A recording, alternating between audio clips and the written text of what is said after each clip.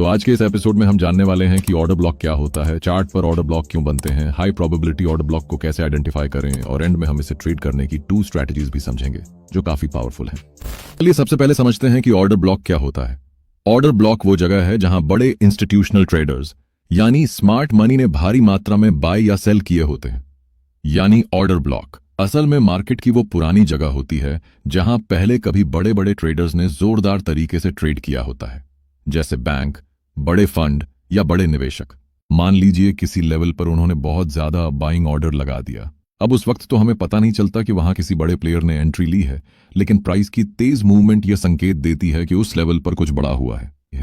क्योंकि जब बड़े प्लेयर्स एंट्री लेते हैं तो वहां से मार्केट में एक स्ट्रांग मूव दिखाई देता है, यानी या तो सीधा ऊपर उड़ता है या नीचे गिरता है।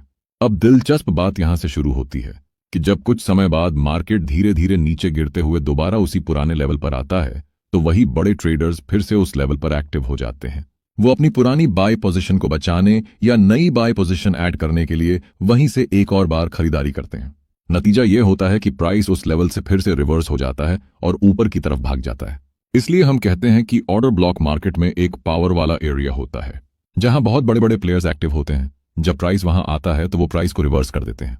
अब चलिए समझते हैं कि ऑर्डर ब्लॉक्स को आइडेंटिफाई करके मार्क कैसे करना है। आपको वीडियो को ध्यान से समझते हुए देखना है, क्योंकि अभी इस वीडियो के एंड में मैं आपको जो सिखा रहा हूं उससे रिलेटेड आपसे एक क्वेश्चन पूछूंगा जिसका आंसर आपको कमेंट करके बताना होगा। जब मार्केट तेजी से इंपल्सिव मूव करता है तो उस इंपल्सिव मूव से पहले बनी हुई लास्ट ऑपोजिट कैंडल को हम ऑर्डर ब्लॉक कहते हैं। मान लीजिए कि मार्केट एक बुलिश ट्रेंड में चल रहा है। इस दौरान जब भी प्राइस अचानक तेजी से ऊपर की तरफ इंपल्सिव मूव करता है तो हम उस मूव के पीछे छुपे हुए इंस्टीट्यूशनल ऑर्डर्स को समझने की कोशिश करते हैं। इस इंपल्सिव मूव से ठीक पहले जो लास्ट रेड कैंडल बनी होती है वही असल में वह जगह होती है जहां बड़े प्लेयर्स जैसे बैंक्स या इंस्टीट्यूशंस ने मैसिव बाइंग की होती है। इसलिए हम इस पूरी रेड कैंडल के हाई से लेकर लो तक एक बॉक्स ड्रॉ करते हैं और यह एरिया बुलिश ऑर्डर ब्लॉक कहलाता है। लेकिन जरूरी नहीं कि हर बुलिश इंपल्सिव मूव से पहले बनी लास्ट रेड कैंडल को ही बुलिश ऑर्डर ब्लॉक मार्क किया जाए।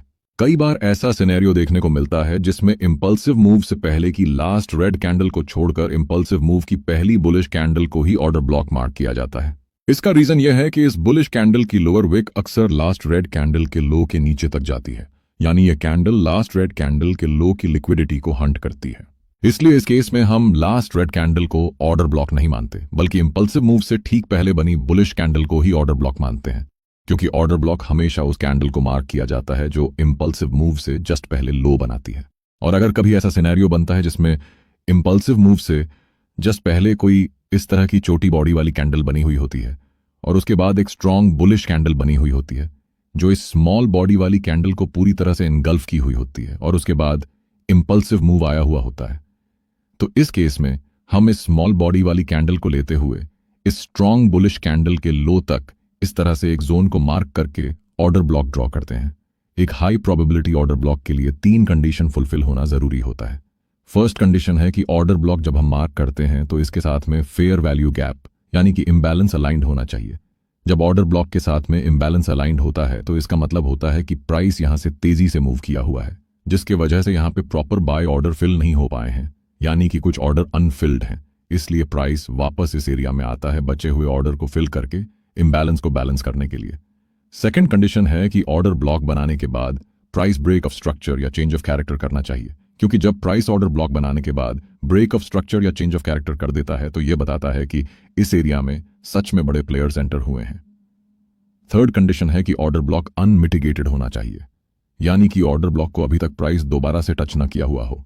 जब प्राइस किसी भी ऑर्डर ब्लॉक को दोबारा से टच देता है तो वह मिटिगेट हो जाता है, यानी कि अब वह ऑर्डर ब्लॉक काम नहीं करता है।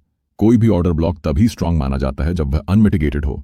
मुझे उम्मीद है कि अब आपको बुलिश ऑर्डर ब्लॉक को कैसे आइडेंटिफाई करते हैं और उसे कैसे मार्क करते हैं इसके बारे में अच्छे से समझ आ गया होगा।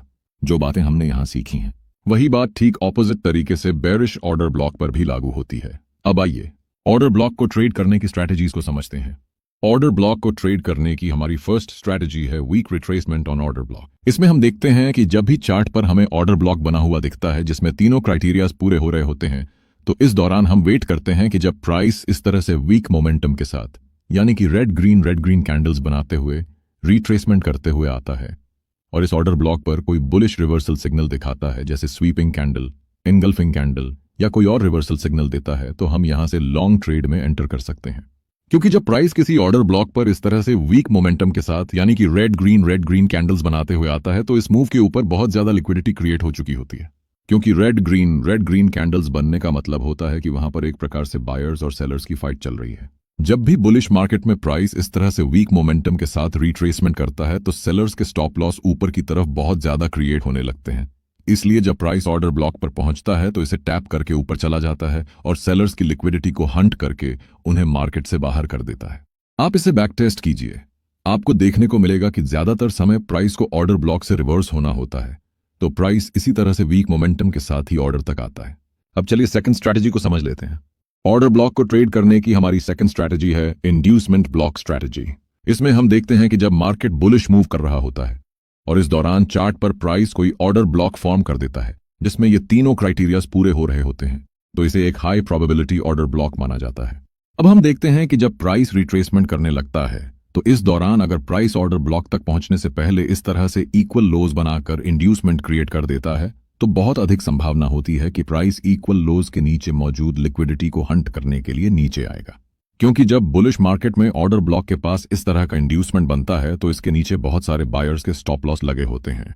अब अगर स्मार्ट मनी को हैवी बाय ऑर्डर लगाना होता है तो वे सबसे पहले प्राइस को इनइक्वल लोज के नीचे लाते हैं, जिसकी वजह से सभी बायर्स जो यहां से बाइंग किए हुए होते हैं वे सभी ट्रैप हो जाते हैं।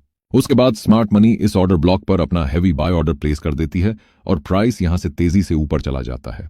इस स्थिति में हमें ध्यान देना होता है कि जब प्राइस इक्वल लोज के नीचे की लिक्विडिटी हंट करके इस ऑर्डर ब्लॉक तक पहुंचे और वहां कोई बुलिश रिवर्सल सिग्नल दिख जाए तो हम भी यहां से बाइंग साइड ट्रेड कर सकते हैं। क्योंकि जब भी स्मार्ट मनी बाय या सेल करती है तो वह सबसे पहले रिटेलर्स को फंसाती है और उसके बाद अपने heavy buying selling orders place करती है। एग्जाम्पल के तौर पर आप इस चार्ट में देख सकते हैं कि मार्केट बुलिश ट्रेंड में है और यहां एक ऑर्डर ब्लॉक फॉर्म हो गया है, जिसका मतलब है कि यहां स्मार्ट मनी ने अपना बड़ा पैसा लगाया है। अब देखिए जब प्राइस रिट्रेसमेंट करने लगा है तो ऑर्डर ब्लॉक तक पहुंचने से पहले प्राइस यहां इक्वल लोज बना दिया है जिनके नीचे बहुत अधिक लिक्विडिटी क्रिएट हो गई।